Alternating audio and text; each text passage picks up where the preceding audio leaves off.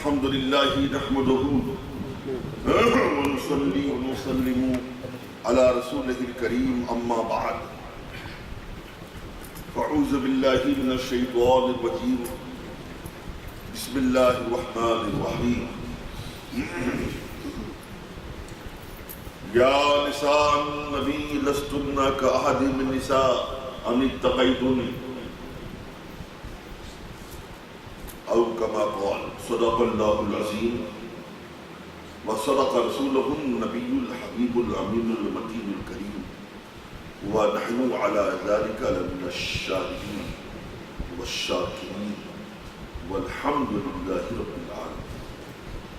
آئیے عرض و معروف سے قبل انتہائی عقیدت و محبت و احترام کے ساتھ حضور سید المرسلین خاتم النبیین شفیع المذنبین رحمت للعالمین روحی فدا جناب محمد رسول اللہ صلی اللہ تعالی علیہ وآلہ وسلم کی بارگاہ بے کش پناہ ہمیں درود پاک کی حسین ڈالیاں پیش کرے. پڑھیں بآواز بلند اللہم صلی علی سیدنا مولانا مأوانا ملجانا محمد وعلى آلہ واصحابہ وبارک وسلم صلاۃ و سلام علیک یا سیدی یا رسول اللہ صلی اللہ تعالی علیہ وعلى آلہ وسلم. جیسا کہ آپ کو معلوم ہے ماہ رمضان المبارک کی 10 تاریخ کو ام المومنین حضرت سیدہ خدیجۃ الکبریٰ رضی اللہ تعالی عنہا کا وصال پرملال ہوا اور آج ماہ رمضان مبارک کی 7 تاریخ ہے. تو لہذا آج ہماری آپ کی ساری کائنات کے مومنوں کی ماں حضرت سیدہ خدیجہ رضی اللہ تعالی عنہا کی شان میں گفتگو ہوگی. آج ہم اپنی ماں کی بارگاہ میں عقیدت کا خراج پیش کریں گے. پہلے آئیے منظوم خراج عقیدت میں آپ کے سامنے پیش کر رہا ہوں. چند اشعار ہیں، محبت سے سماعت کیجیے گا. میں یہ بتاؤں گا کہ نبی پاک صلی اللہ علیہ وسلم کی ازواج مطہرات کس وجہ سے ہماری مائیں ہیں. انشاءاللہ دوران تقریر باتیں آئیں گی.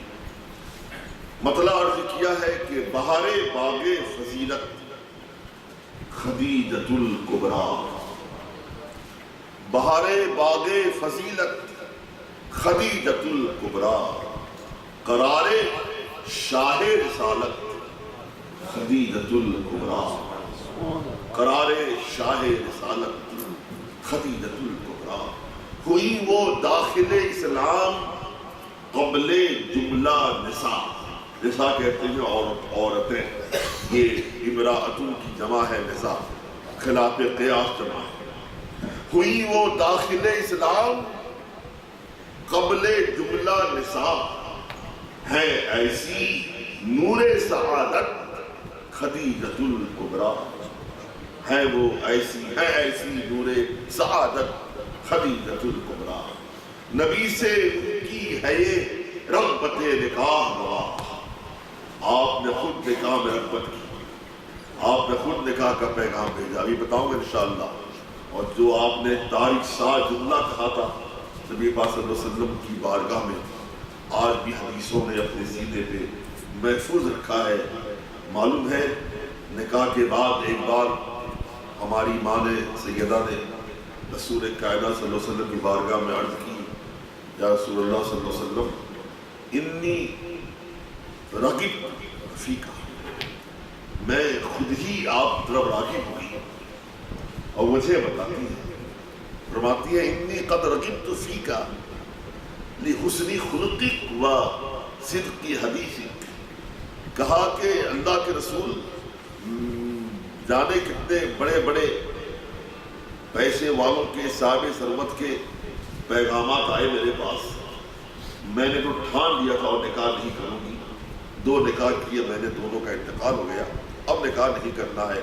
میں نے بڑے بڑے صاحب ثروت کے پیغامات ٹھکرا دیے، مگر میں آپ کی طرف راغب ہو گئی دو وجہوں سے، لحسن خلقک و صدق حدیثک، اللہ کے رسول آپ کے حسن اخلاق کی بنیاد پر اور آپ کی صداقت بیانی کی بنیاد پر، آپ کی صداقت نے اور آپ کے اخلاق نے مجھے ایسا گرمیدہ بنا دیا کہ میں نے خود ہی پیغام بھیجا۔ عرض کیا ہے نبی سے ان کی ہے یہ رغبت نکاح گواہ، نبی سے ان کی ہے یہ رغبت نکاح گواہ۔ دوسرا مصرع قابل توجہ، چشتی صاحب توجہ چاہیے۔ نبی سے ان کی ہے یہ رغبت نکاح گواہ، ہے رمز عشق رسالت خدیجۃ الکبریٰ، سبحان اللہ، ہے رمز عشق رسالت۔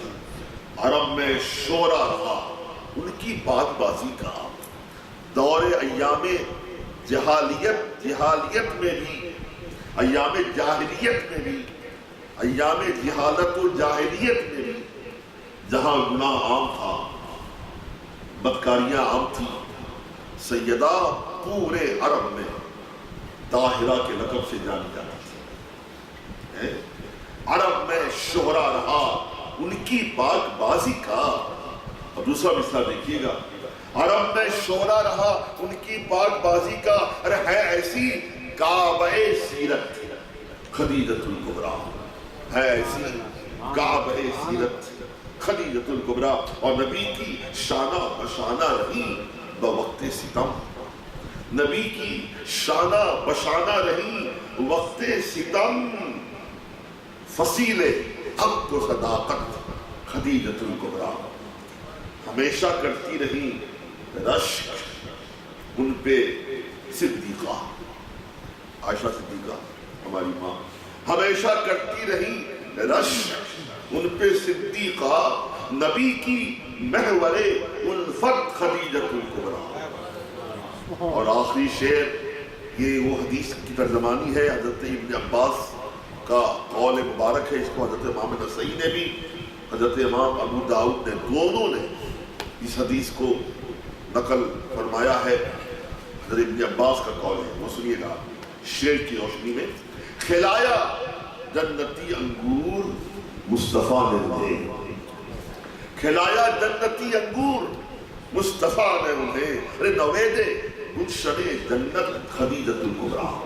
اور مقطع کا شعر ہے، لٹایا قدسی شہ دی پہ سارا سرمایہ، لٹایا قدسی شہ دی پہ سارا سرمایہ، ہے عرش جود و سخا خدیجۃ الکبریٰ، بہار باغ فضیلت خدیجۃ الکبریٰ، قرار شاہ رسالت خدیجۃ الکبریٰ۔ صلو علی الحبیب، اللہم صلی علی سیدنا مولانا ماوانا ملجانا محمد وعلى آلہ واصحابہ وبارک وسلم، صلاۃ و سلام علیکہ یا سیدی یا رسول اللہ صلی اللہ تعالی علیہ وعلی آلہ وسلم۔ اس میں کسی کو بھی اختلاف نہیں ہے، سیدہ خدیجۃ الکبریٰ رضی اللہ تعالی عنہا رسول کائنات صلی اللہ تعالی علیہ وسلم کی پہلی پاک زوجہ ہے، اور یہ ام المومنین ہے۔ رب کائنات نے اپنے محبوب علیہ السلام کی ازواج مطہرات کی شان میں کئی آیات نازل فرمائی۔ ایک آیت تو یہ ہے جسے میں نے خطبے کے وقت پڑھا ہے، اس آیت کو میں نے پڑھا ہے، ارشاد باری تعالیٰ ہے، بسم اللہ الرحمن الرحیم، یا نساء النبی، اے نبی کی بیویوں، تم اور عورتوں کی طرح نہیں ہو اگر تم ڈرتی رہو، یعنی خداوند مقدس سے۔ رب کائنات نے واضح لفظوں میں اعلان فرما دیا، رب نے صراحت فرما دی کہ نبی کی بیوی کسی اور عورت کی طرح نہیں ہے، بلکہ ان کی شان ہی نرالی ہے۔ اور دوسرے مقام پہ رب نے فرمایا وَأَزْوَاجُهُ أُمَّهَاتُكُمْ، اے مومنو، نبی کی بیویاں تمہاری مائیں ہیں، مائیں۔ وجہ ہے کہ محدثین کرام فرماتے ہیں اور فقہاء اسلام بھی رسول کائنات صلی اللہ علیہ وسلم کی ازواج مطہرات جو ہماری مائیں ہیں ان کا ہم پر احترام اپنی حقیقی ماں سے بھی زیادہ لازم ہے، بلکہ ان کا احترام ہم پر اپنی ماں سے بھی زیادہ واجب ہے۔ تو اللہ تبارک و تعالیٰ نے رسول کائنات صلی اللہ علیہ وسلم کی ازواج مطہرات کو مومنوں کی مائیں کیوں کہا؟ اسی کیا وجہ ہے؟ ویسے وجہیں تو بہت ساری ہیں، بنیادی دو وجہیں ہیں، بنیادی طور پر دو وجہیں سمجھ میں آتی ہیں۔ ایک تو یہ ہے کہ رسول کائنات صلی اللہ علیہ وسلم کے علاوہ کوئی بھی مومن ہو جب اس کا انتقال ہو جائے تو اس کی بیوی پر 4 مہینہ 10 دن 4 اشہر و 10 4 مہینہ 10 دن عدت واجب ہے، موت کی عدت، بیوہ عورت کی 4 مہینہ 10 دن۔ تو عدت کے ایام ختم ہو جائیں اسے اختیار ہے کسی چاہے نکاح کرنا، وہ دوران عدت نہ نکاح کرنا جائز ہے نہ نکاح کا پیغام بھیجنا جائز ہے، ٹھیک ہے۔ مگر بعد عدت عورت کو اختیار ہے وہ کسی سے بھی اس سے نکاح جائز ہے، وہ مثلا شوق نکاح کر سکتی ہے۔ لیکن ہمارے آقا صلی اللہ علیہ وسلم کی پاک بیویوں کے بارے میں یہ حکم تھا، رسول کائنات صلی اللہ علیہ وسلم کے وصال کے بعد، دنیا سے رحلت کے بعد ہماری ماؤں کے لیے ناجائز نہیں تھا کسی اور سے نکاح کرے۔ سمجھا آپ نے؟ تو ایک وجہ یہ ہے کہ مومنوں کی مائیں ہیں، اس لیے کو ماں سے نکاح نہیں کیا جاتا ہے، ماں کا احترام کیا جاتا ہے، ماں کی عزت کی جاتی ہے، ماں کی عظمتوں کو سینوں میں بٹھایا جاتا ہے۔ اس لیے رسول پاک صلی اللہ علیہ وسلم کی کسی بھی زوجہ مطہرہ سے سرکار کے وصال کے بعد نکاح جائز ہے۔ ایک مطلب یہ ہو گیا، وجہ ہو گئی کہ وہ ہماری مائیں ہیں۔ اور دوسری وجہ یہ ہے کہ جس طرح ماں کا احترام کیا جاتا ہے، ماں لائق عظمت ہے، ماں قابل صد احترام ہے، اسی طرح نبی پاک صلی اللہ علیہ وسلم کی پاک بیویاں بھی سارے مومنوں کے لیے محترم ہیں، ذی حشم ہیں، محتشم ہیں، باعظمت ہیں، باعزت ہیں۔ لیکن ایک اہم فرق ہے، اپنی ماں کے ساتھ تنہائی میں ہم بیٹھ بھی سکتے ہیں، اپنی ماں سے باتیں بھی کر سکتے ہیں، مگر رسول پاک صلی اللہ علیہ وسلم کی جو ازواج مطہرات ہماری مائیں ہیں تو اس میں حکم یہ تھا اس زمانے میں بھی، صحابہ کرام کے دور میں بھی، کہ کوئی بھی صحابی، کوئی بھی مومن رسول پاک صلی اللہ علیہ وسلم میں کسی زوجہ مطہرہ سے نہ تنہائی میں جا کے بیٹھ سکتا ہے، سوال نہیں پیدا ہوتا ہے۔ ہاں البتہ رب کائنات نے بلکہ یوں اعلان فرمایا کہ وَإِذَا سَأَلْتُمُوهُنَّ فَاسْأَلُوهُنَّ مِنْ وَرَاءِ حِجَابٍ أَوْ كَمَا قَالَ، کہ مومنوں اگر تمہیں میرے حبیب صلی اللہ علیہ وسلم کی کسی زوجہ مطہرہ سے کچھ مانگنا ہے تو پردے میں رہ کے مانگو، یعنی مومنوں کے لیے پردہ واجب تھا، ٹھیک ہے تو حقیقی ماں، حقیقی ماں سے بڑھ کر ہمارے لیے معظم ہے، محترم ہے، باعزت ہے، لیکن نبی پاک صلی اللہ علیہ وسلم کی ازواج مطہرات ہے نا، تو لہذا رب کائنات نے یہ اعلان فرما دیا، حکم نافذ فرمایا کہ میرے حبیب کی کسی بیوی کے ساتھ کوئی مومن ہے تمہاری ماں، احترام کرو، ان کی عزت عظمت بجا لاؤ، ان کی عزتیں کرو، لیکن ان سے کوئی چیز مانگنا ہے تو پردے سے تنہائی ان کے ساتھ تم بیٹھ نہیں سکتے جیسے اپنی ماں کے ساتھ بیٹھ سکتے۔ حضرت خدیجہ رضی اللہ تعالی عنہا نبی پاک صلی اللہ علیہ وسلم کی پہلی زوجہ مطہرہ ہے۔ یہ آپ کو اچھی طرح معلوم ہے، بارہا سنا ہے آپ نے کہ عورتوں میں سب سے پہلے آپ مشرف باسلام ہوئی، یہ آپ کو اعزاز حاصل ہے، فضیلت حاصل ہے، اور یہی اعزاز آپ کی فضیلت پر روشن دلیل ہے کہ آپ جملہ ازواج مطہرات سے بلا شبہ افضل ہے، برتر ہے، اعلیٰ ہے۔ صرف یہی نہیں بلکہ امام ابو داؤد نے اور دیگر محدثین کرام نے باضابطہ یہ تذکرہ کیا، یہ تحریر کیا ہے، یہ رقم کیا ہے کہ حضرت سیدہ خدیجہ یہ جنت کی عورتوں کی سردار ہے۔ سیدہ فاطمہ ان کے بعد آتی ہے۔ ظاہر سی بات ہے ماں بھی بے مثال ہے، ماں بے مثال نہ ہوتی بیٹی بے مثال کیسے؟ تو لہٰذا سیدہ خدیجہ یہ جنتی عورتوں کی سردار ہے، اس کے بعد سیدہ فاطمہ کی سرداری آتی ہے۔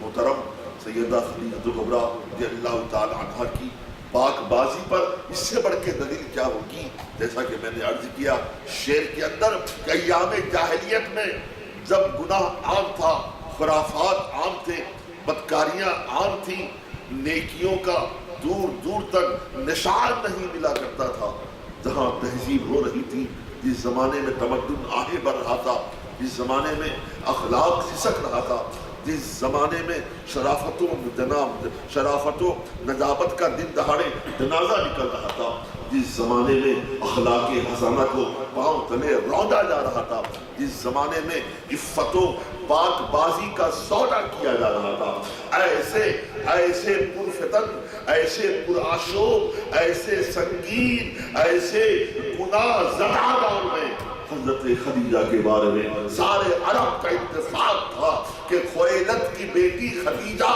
طاہرہ ہے، پاک باز ہے، عفت مآب ہے۔ سیدہ رضی اللہ تعالیٰ عنہ، جیسا کہ میں نے ابھی شعر میں آپ کے سامنے عرض کیا کہ آپ نے خود ہی رغبت کی، آپ کا نکاح اس سے پہلے 2 اشخاص سے ہو چکا تھا۔ ابو حالہ سے پہلے نکاح ہوا، ابو حالہ سے اولاد بھی نہیں آپ کی۔ ابو حالہ کے انتقال کے بعد آپ نے عتیق بن عائص سے نکاح فرمایا، اس سے بھی اولاد ہوئی۔ پھر آپ بیوہ ہو گئے، ان کا بھی دوسرے شوہر کا بھی انتقال ہو گیا۔ پھر آپ نے طے کر لیا کہ میں نکاح نہیں کروں گی، اور عرب کے بڑے بڑے صاحب ثروت نے پیغام بھیجا، آپ نے ٹھکرا دیا، انکار کر دیا، مجھے نکاح اور نہیں کرنا ہے۔ حضرت میسرہ جو بی بی خدیجہ کے غلام تھے، جن کے ساتھ نبی پاک صلی اللہ علیہ وسلم میسرہ ملک شام میں گئے سفر کے لیے، یہ سفر تجارتی سفر تھا، حضرت خدیجہ کا مال تھا، سرکار لے کے جا رہے تھے۔ معلوم ہے کہ ملک شام کے مشہور شہر بصرہ میں آپ پہنچے ہیں، تو ایسے صورت میں وہاں ایک بڑا راہب تھا، جس کا نام نستورہ تھا۔ میرے آقا صلی اللہ علیہ وسلم ایک درخت کے نیچے آپ جلوہ فکن ہو جاتے ہیں، اور نستورہ راہب اپنے گرجا گھر کے بالا خانے سے دیکھ رہا ہے، درخت کے نیچے ایک نوری بہہ کر جلوہ ریزی کر رہا ہے۔ دیکھا، بطور دیکھا، اور یہ بھی دیکھا کہ میسرہ، یہ بھی دیکھا ایک شخص اور ہے جو ان کے ساتھ ہے۔ اس نے کیا کیا؟ میسرہ کو بلایا، کہا یہ تو بتا یہ شخصیت ہے کون تیرے ساتھ ہے جو پیڑ کے نیچے جلوہ فکن ہے؟ کہا یہ عبداللہ کا بیٹا ہے، اس کا نام محمد صلی اللہ علیہ وسلم ہے، اس کو پورا عرب امین سے جانتا ہے، صادق سے جانتا ہے، ان کی صداقت و امانت کی قسمیں کھائی جاتی ہیں۔ اتنا سننا کا معلوم ہے نستورہ کے وہ الفاظ آج بھی احادیث اور تفاسیر کے اندر میں محفوظ ہے۔ معلوم ہے نستورہ نے کہا تھا میسرہ میری بات خوب یاد رکھنا، جس پیڑ کے نیچے یہ شخصیت بیٹھی ہوئی ہے، یاد رکھنا اس پیڑ کے نیچے وہی بیٹھتا ہے جو اللہ کا سچا نبی ہوتا ہے، جو اللہ کا سچا رسول ہوتا ہے۔ اور یہ بھی کہا میسرہ یہ تو بتا تو نے راستے میں کوئی عجیب و غریب چیز بھی دیکھی ہے؟ ہاں میں نے ایک عجیب و غریب چیز دیکھی ہے تو مستورہ کہتا ہے کہ میسرہ اس سے پہلے کہ تو بتائے میں تجھے بتا دوں وہ چیز کیا دیکھی ہوگی تم نے. یہ جب دھوپ میں چل رہے ہوگے سورج کی کرنوں میں چل رہے ہوگے تم نے بارہا دیکھا ہوگا ان کے سروں پر بادلوں کا سایہ ہوگا. جانتا ہے میسرہ وہ سایہ بادلوں کا نہیں ہوتا ہے وہ فرشتوں کا سایہ ہوتا ہے. فرشتے اپنے پروں کو ان کے سر کے اوپر بچھا دیتے ہیں تاکہ دھوپ آپ کے سر پہ نہ لگے بدن پا پہ تپش کا احساس بھی نہ ہو. کہا میسرہ میری بات یاد رکھنا اگر میں نے ان کی نبوت کے اعلان کا زمانہ پایا تو میں بلا تاخیر بلا جھجک میں ان پر ایمان لے کے آؤں گا. میں اگر زمانہ نہ پاؤں میری وصیت کو یاد رکھنا نصیحت کو یاد رکھنا میری ہدایت کو یاد رکھنا. یہ اگر تو میری ہدایت پہ عمل کرے گا نصیحت پہ عمل کرے گا دنیا میں بھی تو شاید کام رہے گا اور تیری آخرت بھی بہرہ برو فیضیاب ہو جائے گی. وہ یہ ہے کہ جب نبوت کا اعلان فرمائے تو ان پر ایمان لے کے آنا اور تو تا دم حیات ان کی خدمتوں میں لگے رہنا. یہ اللہ کے سچے اور آخری نبی ہے. حضرت خدیجہ کی کا جو تجارت کا مال تھا اسے سرکار ملک شام لے گئے. جب واپس آ رہے تھے اور مکے کی سرحد پہ پہنچے تھے سیدہ خدیجہ رضی اللہ تعالیٰ عنہا اپنے گھر کے بالا خانے پہ تشریف فرما اور قافلے کا انتظار کر رہا تھی. آپ نے بغور دیکھا بار بار دیکھا بنظر ظاہر دیکھا کہ چٹیل میدان میں سرکار تشریف لا رہے ہیں. ریگستان کا علاقہ ہے چٹیل میدان میں اور آفتاب بے عالمتاب پوری تب و تاب کے ساتھ چمک رہا ہے. آتشی کرنیں پھیلی ہوئی ہیں سخت دھوپ ہے لیکن سیدہ خدیجہ نے دیکھا بار بار دیکھا کہ چاروں طرف دھوپ ہی دھوپ ہے مگر میرے نبی صلی اللہ علیہ وسلم جہاں سے گزر رہے ہیں آپ نے ان کے سروں پہ سایہ دیکھا فرشتوں نے پروں کو بچھائے ہوئے ہیں. یہ آپ نے دیکھا بے حد متاثر ہوئی اور اس کے بعد آپ کی امانت بڑی مشہور تھی صداقت مشہور تھی. تبھی تو آپ نے فرمایا تھا یا رسول اللہ انی قد رغبت فیک لحسن خلقک و صدق حدیثک. میں آپ کی جانب اس لیے راغب ہو گئی کہ میں نے آپ کے اخلاق سے بڑھ کر کسی کا اخلاق نہیں دیکھا. میں نے آپ سے بڑھ کر کسی کو سچ بولنے والا نہیں دیکھا. تو بی بی خدیجہ نے فوراً میرے آقا صلی اللہ علیہ وسلم کی پھوپھی صاحبہ سے رابطہ قائم کیا. حضرت صفیہ جو میرے آقا کی پھوپھی تھی اور یہ حضرت سیدہ خدیجہ کی بھابھی بھی تھی. عوام بن خویلد کی بیوی دکامہ کی بیوی تھی. تو اپنی بھابھی اور میرے آقا کی پھوپھی حضرت صفیہ سے رابطہ کیا. ان سے پوچھا ذرا تمہارے زندگی کے بارے میں بتاؤ ان کا کیا حال ہے. جناب صفیہ نے کہا ارے الفاظ ہو تو وہ کہتے ہیں نا کسی شاعر کی زبان میں الفاظ نہیں ملتے الفاظ ملتے ہیں تو انداز نہیں ملتے.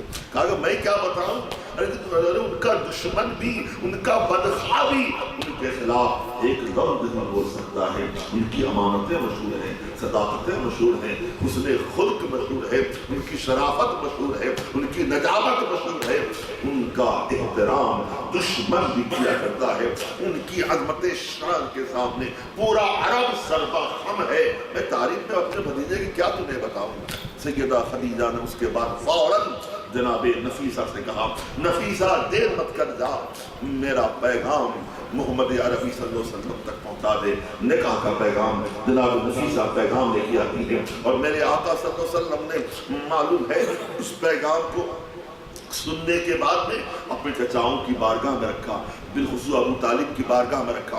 ظاہر سی بات ہے جو عرب میں ایام جاہلیت سے طاہرہ کے نام سے مشہور ہو طاہرہ کے لقب سے ملقب ہو جس کی پاکیزگی جس کی عفت مابی پر خود پاکیزگی ناز کرتی ہو عفت مابی فخر کرتی ہو بھلا کیسا انکار کیسے کر سکتے تھے. سارے کے سارے راضی ہو جاتے ہیں.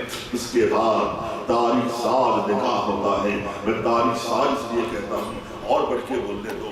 بے مثال نکاح, ایسا بے مثال نکاح جس نکاح کے اندر میں اس کے نکاح کے اندر میں ابو طالب نے جو خطبہ نکاح پڑھا تھا, قسم خدا کی وقت نہیں, کسی اور موقع میں خطبہ پوری عربیہ خطبہ پڑھ کے بتاؤں گا آپ کو, ترجمہ کر کے تشریح کر کے ایک ایک لفظ سے شان مصطفیٰ کے صورتیں ہوتے رہے, ایک ایک لفظ سے میرے آقا صلی اللہ علیہ وسلم کی عظمت شان کا بحر ناپیدا کنار رواں دواں نظر آتا ہے. معلوم ہے آپ نے خطبے میں بالخصوص یہ فرمایا تھا ابو طالب نے کہ دیکھو خدیجہ گھر والوں, میں تمہیں بتا دوں میرا بھتیجا محمد صلی اللہ علیہ وسلم یہ ایسی شخصیت کا مالک ہے, اس کی مثال نہ کل تھی نہ آج ہے نہ روئے صبح قیامت تک اس کی مثال مل سکتی ہے. اس کے بعد جناب ورقہ بن نوفل نے بھی خطبہ پڑھا سیدہ خدیجہ کی طرف سے, نکاح ہو گیا. محترم یہ نکاح کب ہوا؟ جب میرے آقا صلی اللہ علیہ وسلم 25 سال کی عمر کے ہیں, نوجوان ہیں.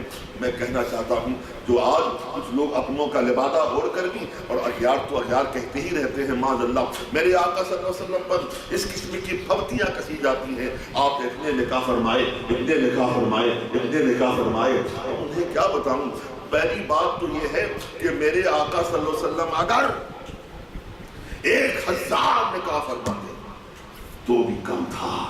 میرے آقا صلی اللہ علیہ وسلم کے نکاح پہ اعتراض کرنے والوں یہ بتاؤ کیا جناب داؤد علیہ السلام کی 99 بیویاں نہیں تھیں بلکہ 100 بلکہ آپ ایک اور نکاح کرنا چاہتے تھے؟ قرآن پاک کے اندر موجود ہے جناب سلیمان علیہ السلام کی 300 بیویاں تھیں. اور آپ کو معلوم ہے بڑے بڑے محدثین نے اس بات کی تشریح فرمائی ہے کہ میرے آقا صلی اللہ علیہ وسلم کے اندر میں معلوم ہے جنتی 40 مردوں کی طاقت تھی, اور ایک جنتی مرد کے اندر دنیا کے 100 مردوں کی طاقت ہوتی ہے. ملٹیپلائی کرو تو میرے آقا کے اندر دنیا کے 4000 مردوں کی طاقت تھی. تو محترم آپ نے 11 نکاح فرمائے. بتاؤ پہلا نکاح جس خاتون سے آپ کر رہے ہیں وہ جناب علی معلوم ہے وہ باقرہ نہیں ہے, وہ سیبہ ہیں, یعنی وہ بیوہ بھی ہیں اور بیوہ ہے اور 40 سالہ خاتون ہے. اور میرے آقا 25 سالہ جہان ہیں. میرے آقا نے عین جہانی کی عالم میں 40 سالہ خاتون بیوہ سے نکاح فرما کر اس بات کا اعلان کر دیا کہ میرے آقا صلی اللہ علیہ وسلم تو نکاح کر رہے ہیں, اس لیے نکاح کر رہے ہیں. ان ایام جاہلیت میں بیوہ عورت کو منحوس سمجھا جاتا تھا, مطلقہ عورت کو منحوس سمجھا جاتا تھا. کسی کی بیٹی بیوہ ہو جاتی تو معلوم ہے باپ کیا کہتا تھا, بے شرم ہو کر بولتا تھا صبح سویرے, بیٹی تو مجھے اپنا منہ نہیں دکھانا, تیرا منہ دیکھوں گا, میرا کام بگڑ جائے گا, میرا کام نہیں مکمل ہو پائے گا. بھائی بہن سے بولتا تھا بہن تو بیوہ ہو گئی ہے, صبح سویرے جب میں گھر سے نکلوں کام کے لیے اپنا چہرہ مت دکھانا. بیوہ کو مایوس سمجھا جاتا تھا, منحوس سمجھا جاتا تھا, مکروہ سمجھا جاتا تھا. ایسی صورت میں میرے آقا صلی اللہ علیہ وسلم نے 25 سال کی عمر میں 40 سالہ بیوہ سے نکاح فرما کر اس بات کا اعلان کیا. دنیا والوں کو بتایا, دنیا والوں سنو, بیوہ عورت بھی قابل عزت ہوتی ہے, قابل احترام ہوتی ہے اور قابل قبول ہوا کرتی ہے. یہ اللہ کی مخلوق ہے. بیوہی کی بنیاد پر اسے کراہت سے نہ دیکھا جائے, مغرور نگاہ سے نہ دیکھا جائے, بنظر حقارت نہ دیکھا جائے. سیدہ خدیجہ معلوم ہے آپ کی عمر 40 سال تھی اور 25 سال تک مکمل آپ میرے آقا صلی اللہ علیہ وسلم کی صحبت با فیض میں رہی, نبوت کے کاشانے میں رہی, سرکار کے شانہ رہی. معلوم ہے جب میرے آقا صلی اللہ علیہ وسلم نے نبوت کا اعلان فرمایا ہے, ایسی صورت میں پورا عرب بلکہ پورا مکہ خاص طور پر آپ کے در پہ آزار ہو گیا تھا. چندہ بتانے کی ضرورت نہیں ہے, لوگوں نے کیسے کیسے مظالم اٹھائے, کس انداز سے جور و جفاؤ ستم و استبداد کے پہاڑ توڑے ہیں. ایسے موقع سیدہ خدیجہ نے معلوم ہے کیا کہا, اللہ کے رسول گھبرانے کی ضرورت نہیں, میرا سارا مال. یہ بھی یاد رہے سیدہ خدیجہ پورے مکے کے اندر میں سب سے زیادہ صاحب ثروت تھی. رب کائنات نے بے بہا دولت و مالو اسباب و متا سے نوازا تھا. سیدہ نے فرمایا اللہ کے رسول میرا سارا مال آپ کے قدموں پہ قربان ہے, اسلام کی اشاعت کے لیے قربان ہے. اور فرمایا اللہ کے رسول آپ بالکل گھبرائے نہیں, جب تک میری جسم کے اندر میں خون کا آخری قطرہ موجود ہے میں آپ کے شانہ بشانہ رہوں گی، میں آپ کا ساتھ دیتی رہوں گی۔ مجھے وہ تاریخ بھی یاد آتی ہے، بخاری شریف کی حدیث ہے، میرے آقا صلی اللہ علیہ وسلم غار حرا تشریف لے جاتے تھے، معلوم ہے مہینہ مہینہ آپ وہاں پر خداوند قدوس کی یادوں میں ایام گزارا کرتے تھے، اور سیدہ خدیجہ توشے بنا کر پیش کرتی تھی، توشے دیتی تھی، کھانے کا سامان آپ مہیا فرماتی تھی۔ بلکہ کئی مواقع ایسے بھی آئے کہ میرے آقا صلی اللہ علیہ وسلم کے توشے ختم ہو گئے، بی بی خدیجہ خود شریف توشہ لے کر غار حرا میں، جن لوگوں نے غار حرا دیکھا ہوگا، وہ غار جہاں میرے آقا صلی اللہ علیہ وسلم جلوہ فروز ہو کر خدا کی عبادات میں منہمک کو مشترک رہا کرتے تھے، کتنی اونچائی پر ہے سیدہ خدیجہ، اتنی اونچائی پہ جاتی تھی۔ ایک بار ایسا ہوا سیدہ کی تقدیر کا ستارہ چمک اٹھا، دوشہ لے کے جا رہی ہیں غار حرا میں، معلوم ہے ادھر جبریل امین علیہ السلام کو رب کائنات نے میرے آقا کی بارگاہ میں بھیجا۔ جبریل امین نے عرض کی، یا رسول اللہ ابھی خدیجہ آنے والی ہے، ایک برتن میں کھانا لے کے آ رہی ہیں، توشہ لے کے آ رہی ہیں، جب وہ آ جائے تو میرا بھی اور اللہ تعالیٰ کا بھی انہیں سلام پیش کر دینا۔ یہ سیدہ خدیجہ کی شان ہے، خود خدا ان کی بارگاہ میں سلاموں کا تحفہ پیش کرتا ہے، سلاموں کا ہدیہ پیش کر رہا ہے۔ سیدہ خدیجہ نے معلوم ہے جب پہلی وحی نازل ہوئی ہے میرے آقا صلی اللہ علیہ وسلم پہ، وحی کوئی معمولی چیز تو ہے نہیں۔ قرآن مقدس کیا کہتا ہے؟ اگر قرآن رب فرماتا اگر قرآن میں پہاڑوں پہ نازل کر دیتا تو کیا ہوتا؟ پہاڑ خوف خدا سے ریزے ریزے ہو جاتا۔ یہ سینہ مصطفیٰ ہے، پہاڑ پہ قرآن نازل ہوتا تو پہاڑ ریزے ریزے ہو جاتا۔ یہ سینہ مصطفیٰ ہے، یہ پورا قرآن آپ کے سینے میں محفوظ ہوتا جا رہا ہے۔ جب پہلی وحی نازل ہوئی ہے میرے آقا صلی اللہ علیہ وسلم تشریف لائے، کانپ رہے تھے، اور آنے کے بعد کیا فرمایا خدیجہ سے؟ سیدہ سے فرمایا کہ خدیجہ زملونی زملونی، مجھے کمبل اڑھاؤ، مجھے کمبل اڑھاؤ۔ اور بی بی خدیجہ عرض کرنے لگی، آقا کیا بات ہے؟ آج بہت گھبرائے ہوئے ہیں۔ میرے آقا کی زبان زمان سے یہ حدیث صادر ہوتی ہے، جملہ صادر ہوتا ہے، قد خشیت نفسی، قد خشیت نفسی یا خدیجہ، اے خدیجہ میں اپنی جان کو ڈر گیا ہوں۔ اتنا سننے کے بعد سیدہ کی زبان پاک سے جو جملہ صادر ہوا ہے آج بھی احادیث کے سینے محفوظ ہے۔ سیدہ نے فرمایا تھا، یا رسول اللہ، یا رسول اللہ، واللہ ما یخزیک اللہ ابدا، قسم اللہ کی، قسم خداوند قدوس کی، کبھی بھی خداوند قدوس آپ کو رسوا نہیں کرے گا، اس لیے کہ آپ غریبوں کے ماوا ہو، بے کسوں کے کس ہو، بے بسوں کے بس ہو، آپ ناداروں کے بول اٹھانے والے ہو، آپ ہمدردیوں کی شمع فروزہ کرنے والے ہو، آپ محبت و الفت کے پھول برسانے والے ہو، آپ پیار اور وفا کا دریا بہانے والے ہو۔ اللہ تعالیٰ نے آپ کے اندر میں جانے کیسی کیسی خوبیاں رکھی ہیں، عطیت فرمائی ہے۔ اللہ کبھی بھی آپ کو، قسم اللہ کی، اللہ کبھی بھی آپ کو رسوا نہیں کرے گا۔ محترم دوستو، وہ سیدہ کی شان ہے، یہی وجہ ہے کہ میرے آقا صلی اللہ علیہ وسلم نے جب تک سیدہ حیات میں رہی آپ نے دوسرا نکاح نہیں فرمایا۔ سیدہ خدیجہ یہ اللہ تعالیٰ عنہ نے اپنا سارا سرمایہ، اپنا سارا معلومات، بلکہ سب کچھ میرے آقا صلی اللہ علیہ وسلم کے قدموں پہ قربان کر کے، کسی شاعر کی زبان میں یوں کہا، جان دی ہوئی اسی کی تھی، جان دی ہوئی اسی کی تھی۔ حق تو یہ ہے کہ حق ادا نہ ہوا۔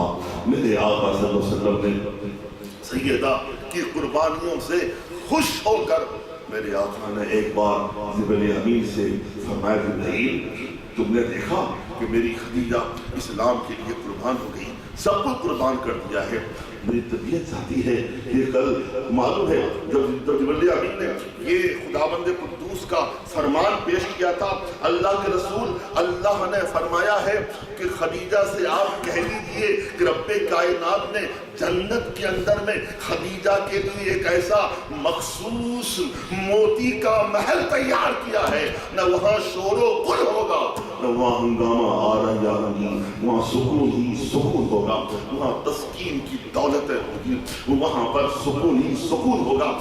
ایسے موقع پر میرے آقا نے فرمایا تھا جبرائیل میری طبیعت آتی ہے۔ خدیجہ کی قربانی کی بنیاد پر میں اسے دنیا ہی میں ایک صلہ دے دوں، وہ صلہ یہ ہے تم جاؤ جنت سے انگور کا خوشہ لے کے آؤ۔ میں چاہتا ہوں میری خدیجہ کو میں دنیا ہی کے اندر میں جنت کا انگور کھلا دوں۔ جبریل امین جنت کا انگور لے کے آتے ہیں اور میرے آقا صلی اللہ علیہ وسلم نے جنتی انگور سیدہ خدیجہ کو کھلایا۔ یہ سیدہ خدیجہ کی شان ہے، یہی وجہ ہے سیدہ عائشہ صدیقہ ان کی عظمتوں پر ہمارے زندگی کا سارا اثاثہ قربان ہے۔ سیدہ عائشہ صدیقہ بھی ہماری ماں ہے، بے حد نبی پاک صلی اللہ علیہ وسلم کی محبوب ترین بیوی ہے، اس میں کوئی شبہ نہیں ہے۔ آپ بے پناہ عظمت شان کی مالک ہیں۔ آپ خود فرماتی ہیں کہ میں نے کبھی خدیجہ کو دیکھا بھی نہیں تھا،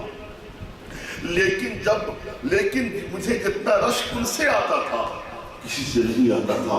جب بھی آقا کریم صلی اللہ علیہ وسلم خدیجہ کا تذکرہ کرتے مجھے رشک آ جاتا، اور میں کبھی کبھی یوں بھی بول دیا کرتی تھی اللہ کے رسول اب تو خدیجہ کا ذکر بند کیجئے، اللہ نے آپ کو تو خدیجہ سے بہتر بھی نہیں عطا کرتی ہے۔ تو میرے آقا فرماتے عائشہ ایسا نہیں ہے، خدیجہ سے بہتر کوئی نہیں ہے، بے خدیجہ وہ ہے جب لوگ مجھ پر کفر کر رہے تھے، لوگ میرا انکار کر رہے تھے، ایسے موقع پر خدیجہ نے مجھے سچا مانا تھا، مجھ پہ ایمان لے کے آئی تھی۔ جب لوگ میرے در پہ آزار تھے، ایسے موقع پر خدیجہ نے اپنا سب کچھ میرے لیے قربان کر دیا تھا۔ وہ میرے لیے ڈھال بن گئی تھی، وہ میرے لیے صاحبہ بن گئی تھی، وہ میرے لیے باعث سکون بن گئی تھی، وہ میرے لیے دولت تسکین فراہم کرنے والی بن گئی تھی۔ اور عائشہ سن، خدیجہ سب خدیجہ ذکر اس لیے میں کرتا ہوں، یہی خدیجہ ہیں جنہوں نے اسلام بھی پہلے قبول کیا، اسلام کے لیے سب کو قربان کر دیا، اور رب کائنات نے مجھے اولاد بھی خدیجہ کے وطن سے عطا کی، سوائے جناب ابراہیم کے ساری اولاد نبی صلی اللہ علیہ وسلم بی بی خدیجہ کے وطن پاک سے پیدا ہوئی ہیں۔ سیدہ عائشہ فرماتی ہیں میں نے بارہا دیکھا جب بھی نبی کریم صلی اللہ علیہ وسلم بکرا ذبح کرتے تو گوشت سیدہ خدیجہ کے سہیلیوں کے پاس بھیج دیا کرتے تھے،